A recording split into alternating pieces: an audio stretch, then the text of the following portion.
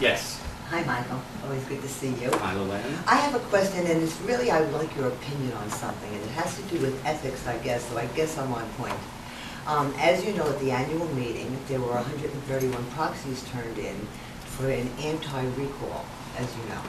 And about quite a number of those, I believe, were signed by the mall vendors, and they were signed to one of our current sitting directors. And I'm just curious, in the past year, when we've had ongoing negotiations with the mall and ongoing contractual negotiations about the Montessori school and everything out, if you think that it is not a conflict of interest, or if you think it's okay, or if you think it's ethical for a sitting director to go around, speak to the mall vendors, and get proxy signed in his or her name. Well, I'm not going to comment on the specific situation that you described because I don't know all of the facts to be accurate as you stated them. I don't know what the facts are. So I'm not going to answer a question that depends on facts that I have an independent, and I'm not challenging you. I'm simply saying that before I give an opinion about something, one of the things that I always do, as you know from when you were a board member, is independently look at the facts myself. And I will only give a legal opinion based on facts that I have determined to be accurate. Okay. I will tell you in general that there is certainly no general prohibition against the solicitation of proxies by any board member any more than there would be any prohibition against the solicitation. For example, it's common candidates for public office solicit absentee ballots and solicit. I mean, you go out and you ask people to vote for you and support you. The act of gathering proxies is a political act seeking support. Board direct, whether you do that by way of a proxy or you do that by speaking directly to a unit owner, I think makes no difference. And it is in the nature of the political process that you speak to your constituents to try to get their support. Sometimes to try to get them to come to a meeting, other times to try to get them to sign a proxy. So in that general sense, I would say no, I don't see certainly any conflict of interest. Politicians go out and ask you for your support, and then they turn around and they tax the heck out of you. There are certain things that, certain types of contact that are going to occur that are inevitable and understandable and a part of the process. So am I concerned or alarmed that I think that that looks, that sort of general conduct of directors seeking proxies from unit owners, be they the mall or residential individual unit owners, I think that is an inevitable byproduct of the political process. Just to expand on what Luann just said, if there's been negotiations going on, contract negotiations with this particular unit owner and the proxy.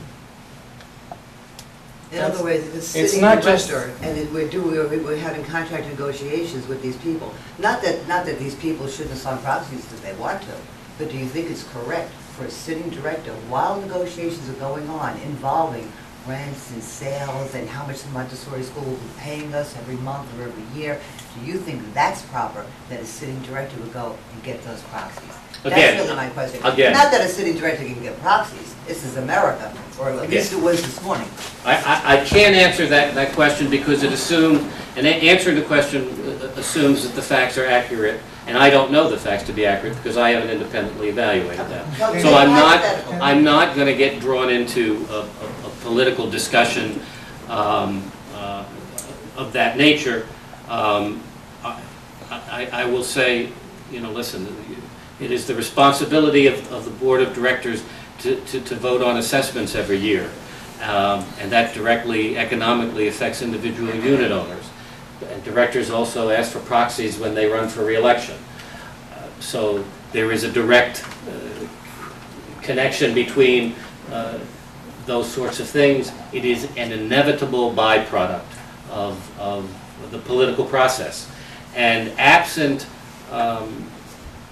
conflicts of interest must be specific and particular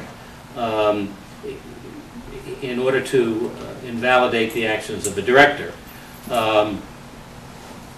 If a director, and I'll give you a hypothetical, if somebody comes to you, the director comes to you, Luann, and says, Luann, you give me your proxy, and I'll see to it that you don't have any assessment on your apartment. Well, obviously, you know, that's a violation. However, directors have responsibility, as I said, have vast responsibility for things that happen at the Galaxy on an ongoing basis. So you cannot say directors have all of these responsibilities and all of this interaction, but cannot defend themselves and cannot engage in the political process. They give up, they become vulnerable to being lied about and abused by becoming directors. They have a right to participate in the political process on their own behalf. In that same vein, how can you have an anti-recall proxy if there is no recall? They thought there was going to be. They got bad information, Janet. And how do you know? But well, I know because it hasn't happened. I mean, doesn't it have to happen first before there's an anti-something? Well, maybe they change their mind. Yeah. Maybe they change their mind. Mr. King? That's a hypothetical question that I'll tell you, there's so many hypotheticals in that. It's such an abstract question I can't answer it. It's impossible for me to answer it legally. Mr. King? Yes. What if the director, you know, they got the proxies, I think it was Mr. Miller, what if he made promises to them all, like, if we look the other way, and you can work on Sunday, you don't have to get an alteration agreement, you don't have to get permits, we'll do something with the Montessori school. Isn't that unethical? See, that's the sort of... Does it pass the smell test? Well, you know what? I'll tell you my answer to that. My answer to that is that's exactly the sort of when did you stop beating your wife defamatory accusation that I think has no place in this seminar, which is about board responsibility. I would say that any board director who engaged in those kind of public comments was doing a disservice to themselves and the board, because for any director to state as a fact an unlawful act and accuse someone of committing an unlawful act by pretending to state it as a hypothetical and then state the person's name, I think is insulting and defamatory. I'm certainly not going to sit here. But that's the high standard. Well, I'm that was answering. set here. I mean, that's why he was investigated.